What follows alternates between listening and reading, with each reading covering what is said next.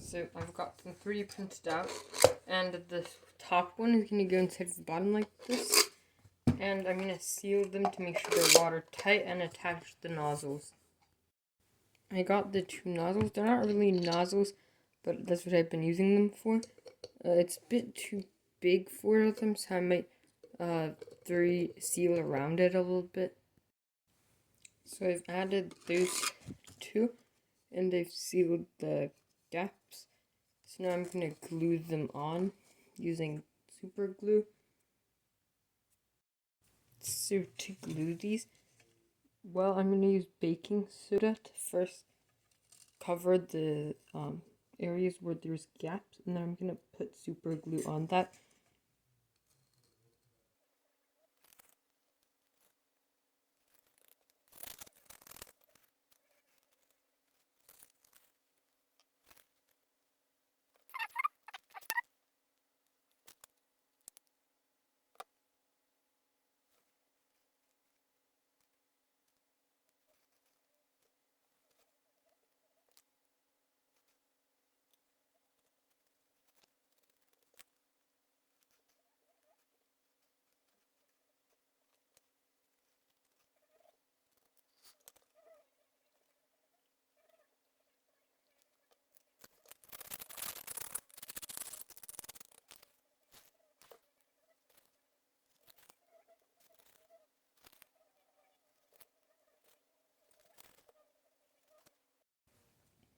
So I've washed away the excess, and now I'm going to attach this to here, which the end is plugged.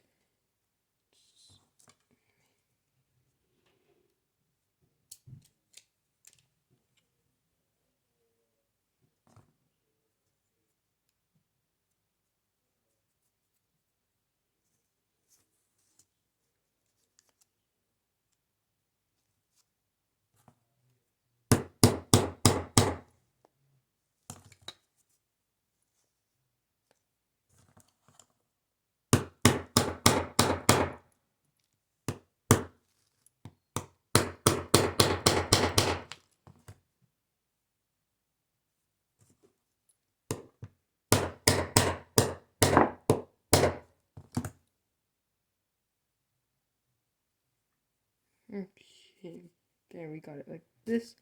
I cut this piece of tube that I can squeeze here. So now we got one of the holes blocked.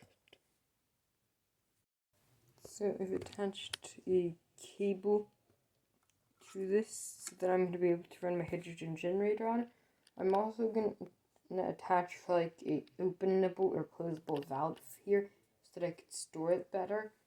And I could also use this one or something for some other purpose. So now I'm going to test it, and I'm going to show you how to fuel the hydrogen generator correctly and at what.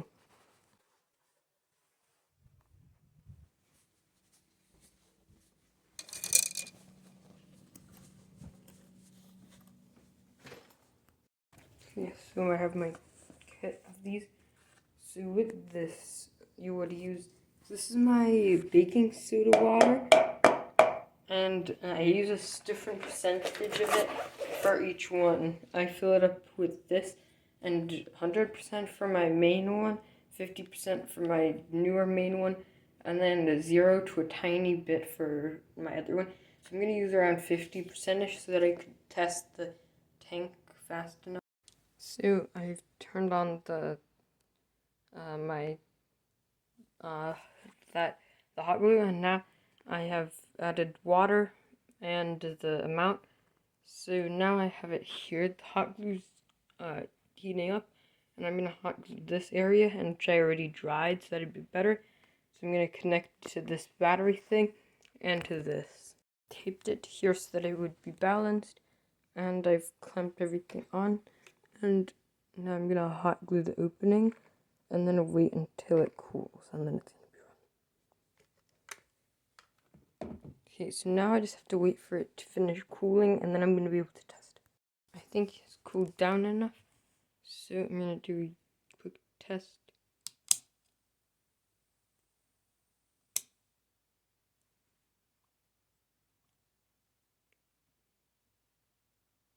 So it does seem to rise, I think.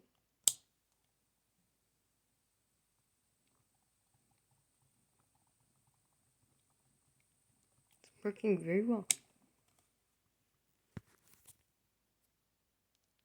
I've set it up like this. I want to try to put the little one on here before it can all escape, and then test the little one, because it should come out at a decent speed.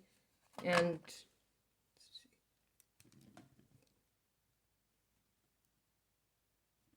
yeah, I should use a valve, but it went down too quickly. But it still worked exceptionally well.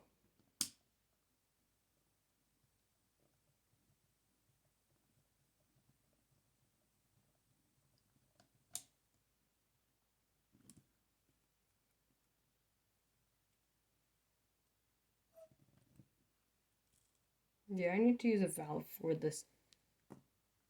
But in the meantime, this is pretty cool.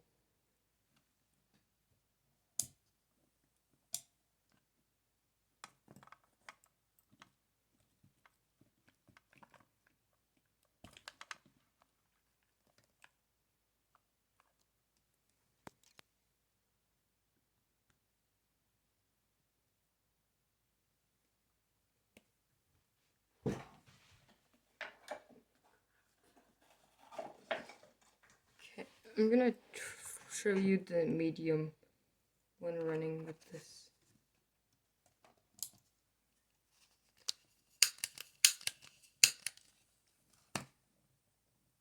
There you go.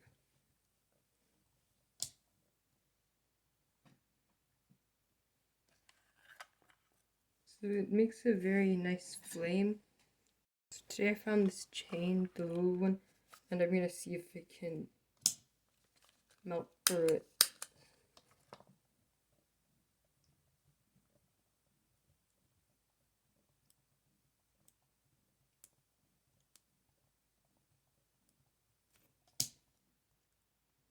Okay, if you can, that was very interesting. That thing already heated up pretty nicely. Let me try to cut it a little bit more.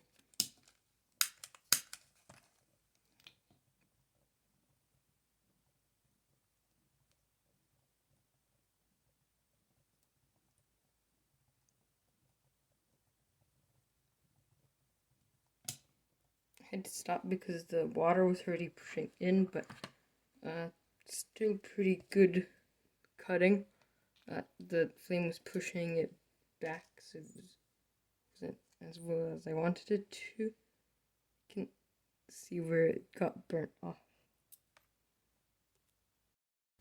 To remove the water from this, I would use scissors to get the corner of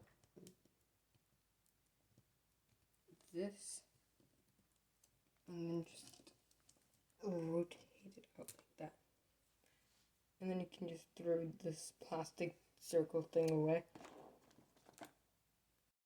So after this, I got a whole bunch of new things outfitted with my case. I got the main cable for connecting the hydrogen generator to it. Then I have one biggish thing, and that's going to be to connect this new one so that it clogs one of the holes. And then we have, yeah, that's it.